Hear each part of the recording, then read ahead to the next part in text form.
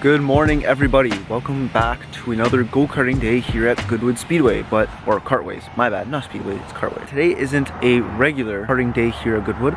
Today is actually the semifinals of the C.R.K.C Rookie Series, whatever you want to call it. It's semifinals. Well, the semifinals doesn't really mean as much as I thought it meant. Basically, it's just another round, just you score double the points, and you also do for the next week's round, which is the final. So that's pretty much how it works. It's not like you have to qualify for semis. The only way you qualify for semis and finals is you just have to show up to, I believe it's 8 of the 10 regular scheduled races of the season. And since I drove all 10, I automatically qualified no matter what. Yesterday, this video is gonna be coming out way after what we did yesterday, which was my track day at Cayuga with Anthony. I am still quite sore for some reason, the right turns and stuff, since I guess there were so many right turns, my left arm's kind of sore. Today is very early, it's 9 o'clock instead of our regular scheduled 4 or 5:30 in the afternoon. It's 9 o'clock. So there's two things that I like about that. A, I get up early and I have the rest of the day to do stuff. I know it's kind of weird because I actually do love coming here, just I don't like coming at the end of the day because it kind of ruins like your day, because if it starts at 4, that means you have to leave the house about 2, but you can't do anything until like 1 because you have to get ready and stuff. So it kind of ruins the day for that. Coming early like at 9 o'clock kind of is great because you get up early, you get your day done with, and get out of here early and you have stuff to do. Also, with that being said, of stuff to do later, F1's on today, it's COTA, so I'm very excited about that. I love that track. I started to play F1 a little bit more on streams and stuff, so I started to live in the moments of these drivers kind of through the game. Not really, but you got to understand the track a little bit better, and I'm absolutely loving that track. I drove it in an online race, and it's a lot of fun, that track, so I can't wait to see it in real life. Hopefully we can make it out by then. Just the only thing is, I don't know how like today is gonna be scheduled. Like for example, I know that usually it's just 2-3 practices, qualifying, and then the race. I don't know if semis are any different. I'm assuming there won't be, but I'm not sure. I've never done this before. Like I've said this whole time, it's my first year here, so I don't know what's gonna go on. So I'm gonna go sign up quickly because you have to register for the race, and I'm gonna ask some questions about how the day is gonna go. And then maybe we'll go for a track walk when it's about ready. But anyways, see you guys there. Okay, let's jump right into practice number 1. Now, of course, first practice of the day, always nervous, jitters are there. Just trying to warm up, stuff like that, and everyone else seems to warm up as well, but clearly some people more warm up than others, and as we have a little bit of a mix-up, almost get into an accident here, and thank God the guy behind me was able to keep his head up and we don't get into a crazy accident. Also, for this race, or this race day, we had a different type of track layout, so this is the first major track change, I'd say. The other one was just pretty much like a reverse layout. This one is more of an actual change to the course. So what we have is basically the same essential setup, but after the turn 7, you come around, usually we turn left over here for turn 8, but actually there's a turn 8 and 9 over here.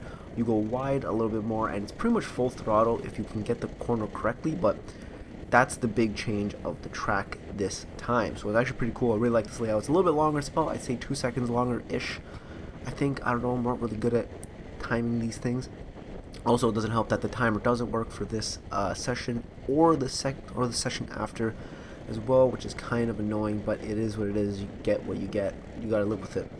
Anyways, I have seen this layout on YouTube, so I kind of understood what to do. This is the one that I found the most, actually. I did find a lot of like the regular layout, but I was able to find like this layout quite often as well.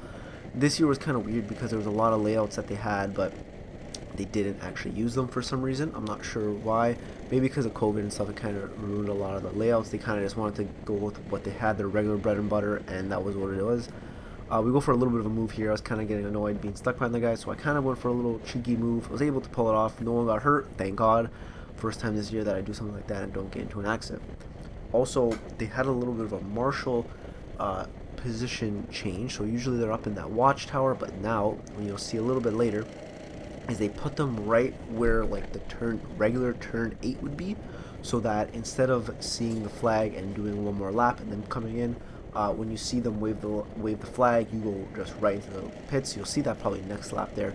So instead of a checkered flag and you do a whole another lap and then whatever, when you see the checkered flag, you just go right into the pits, which is really good. During the race, they have the regular marshal into the marshal tower just because, the start and stops and stuff, it's a lot easier. I think they do keep that guy there as like just a regular marshal, but for practice and qualifying, they have them over there. Now, practice was going okay. The course layout was a little bit different. It just was kind of frustrating that I wasn't able to actually get like lap times. so that kind of sucked. If I had lap times, I could at least, you know, compare what I was doing here to other races.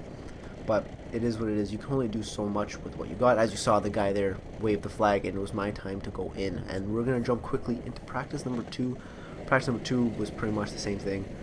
We didn't anything much different, just except I passed the opening lap. Nothing really happened. Just no need to show that there. Anyways, want to do a quick update on my Supra. So last thing I was mentioning was the mounts. I figured it out. I did exactly what I emailed Drift Motion, and they told me exactly what to do. Basically, the actual poly mounts were upside down, and I just had to flip them, and basically the motor dropped right into the car, which was perfect. Next thing I had to do was, what was I doing next? I had to do some stuff, like the trans tone stuff, but as I was putting my new valve covers on, I noticed some like metal into my head, so that was kind of scaring me, so that wasn't really a good thing. What I think it was I had an engine bag over my engine, but I think I must have used it for something else during the process. So maybe when I put it onto the head, when I didn't have the valve covers on, something must have fell in. So that was a mess, but thank God I never really turned the motor over, so the cams and everything are still good. I kind of just got a rag with some brake clean, and I was able to take everything out, and there's nothing else in the head. Cams are fine. I had one guy at my work check them out for me. I work in a machine shop, so not just some guy at my work. I work in a machine shop. He grinds and polishes cranks, cams, and stuff like that, so he knows what he's talking about. He said they're okay. I showed him everything else. He's like, yeah, nothing to worry about.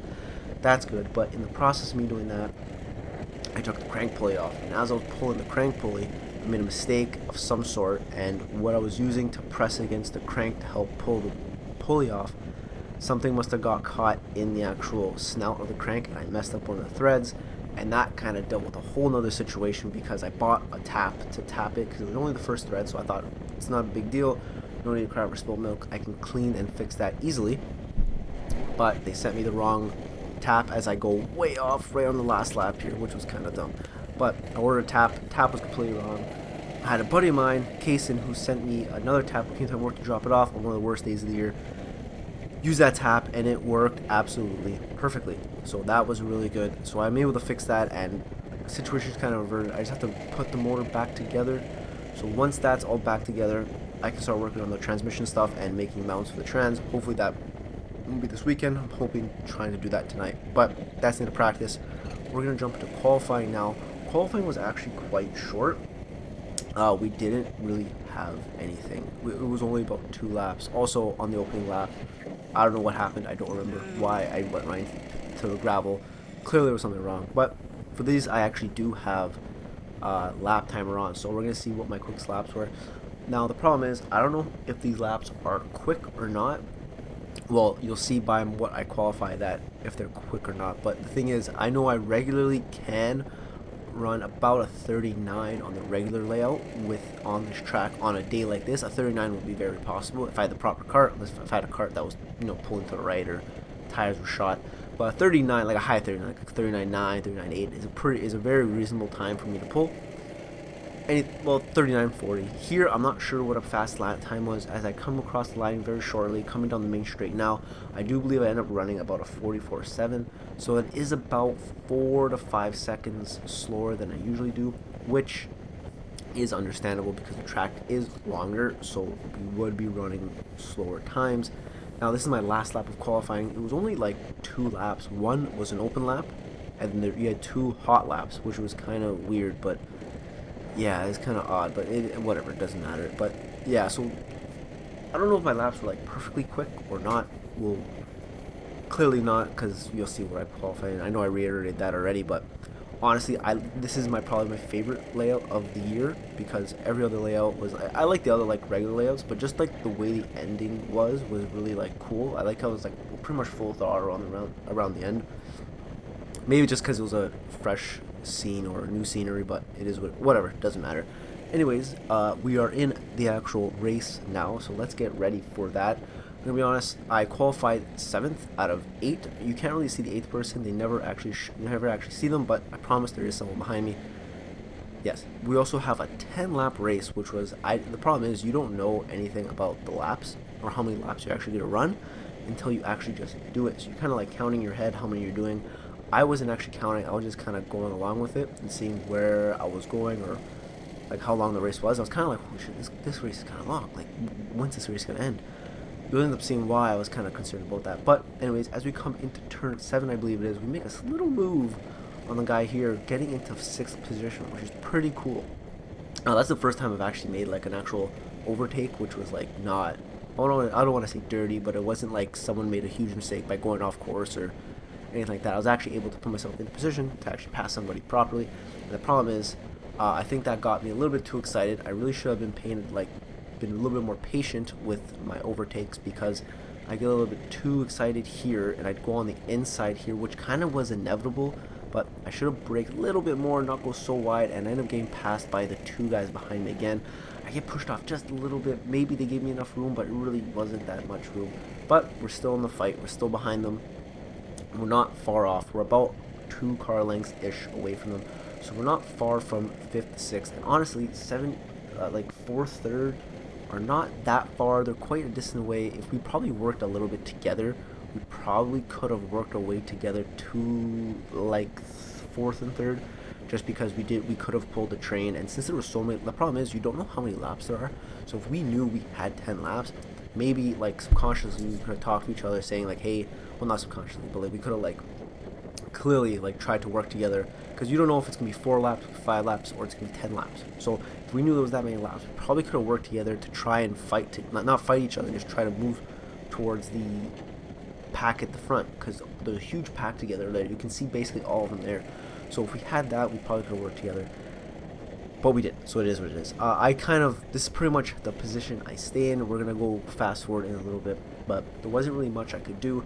I tried my best, just I've never been in a race this long, so my arms ended up getting tired around lap 6-ish, because every race I've done has been pretty much 5 to 6 laps-ish, so it was kind of tough to have the endurance or just like the strength of my arms to keep going. And as you can see, I slowly like fall back from the guy ahead of me.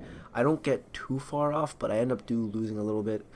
I think that is just coming from me not having the endurance and the knowledge of driving a long race like that. So like my plan for like the off season here is to kind of like train a little bit, get a little bit more fit, so I can handle longer races like this more often.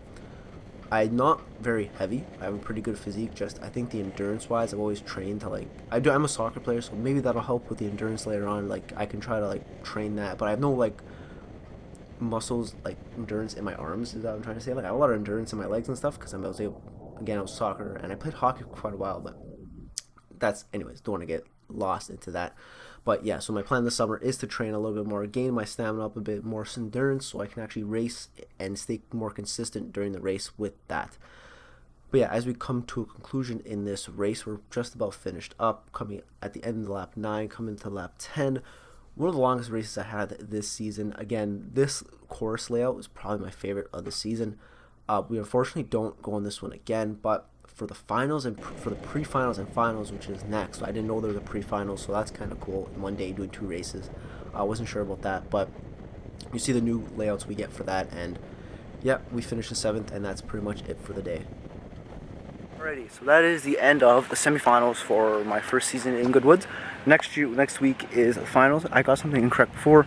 It was if you got 8 races, you qualified for the semifinals, and as long as you attend a semifinals, which was today or yesterday on Saturday, you qualify for the Sunday. So it doesn't matter if you win, lose, whatever.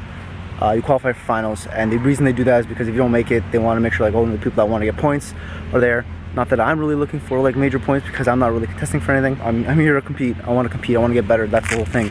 And me today racing with these guys here really showed progress, I think, at least, and it showed that I'm not as competitive as I really do think I am. We did okay. We were competing really well for 6th and even 5th at one point, but I did make a slight mistake. I believe it was in turn 5. Yeah, turn 5, I messed up a bit. I went a little bit too wide, and the guys kind of pushed me off track just a little bit. I'm not going to say they did, but they kind of did a little bit. Whatever. That kind of did screw me quite a bit, because it dirtied my tires, and I couldn't really get into a groove after that with the race, and they kind of just drove off. But I was able to stay consistent with them for the most part. They were a couple like seconds ahead of me, but they didn't really leave me. Now that could be one of 2 things. I'm actually competitive with the guys from like 6th to I think it was like 4th. or no, 6th to like maybe 3rd or 2nd, because the guy in first kind of ran away with it, or they were just, because they were so close, they were fighting the whole time. The reason I'm not mad today is because literally what happened was it was my fault, but I did try my absolute hardest, and even when I was right behind the guy in 6th, he did get away from me a bit, so that just shows like I wasn't good enough yet, and that I can swallow. I can swallow when I'm not good enough. It's when I make a mistake that I know I should not have done, is what gets me mad. That's why in race 9 and race 10, I made mistakes, and race 9 specifically, it was my fault. I knew I made a mistake. I shouldn't have been too close to that guy in the wet, and that's why I got mad. But this race, I'm not mad at all, because I'm just not good enough, and that's something I can swallow myself. I know I'm not good enough yet. I have potential, I think it is there. So this is my first season. We do have one more race of the season, the finals, which is next week, which will be like, 2 more videos after this or whatever it is. But yeah, we're having a good time. This is probably one of the best experiences I've ever done. One thing to take out of it is I did make a crazy move on him. I think on the guy in 6, I think it was turn 6 or 7, maybe 7 or 8, I don't remember exactly, but I made an absolute great move. I think I went on the inside of him, and I was just happy that like I did that and I didn't hit him or anything. And I know he made a mistake, that's why I was able to make the move on him, but it shows the progress that I was able to see a mistake and capitalize on it. So I'm trying to take like the best parts of every race and put things here and there, and trying to like combine everything to hopefully learn the track better and stuff like that. I learned that some of the corners, if you left foot brake just slightly, it helps you grip the cart. So going from the long sweep from the back to go on the main straight, if you left brake just a little bit and full throttle it, you're able to get enough grip to go around. And that actually helped me run the last lap, I realized. And I was like, well, if I did that, maybe I would have kept up a little bit more. But it is what it is. But if you do like these videos, I have a whole playlist of these videos on my channel. I have 2. I have just my racing ones and then my vlog videos.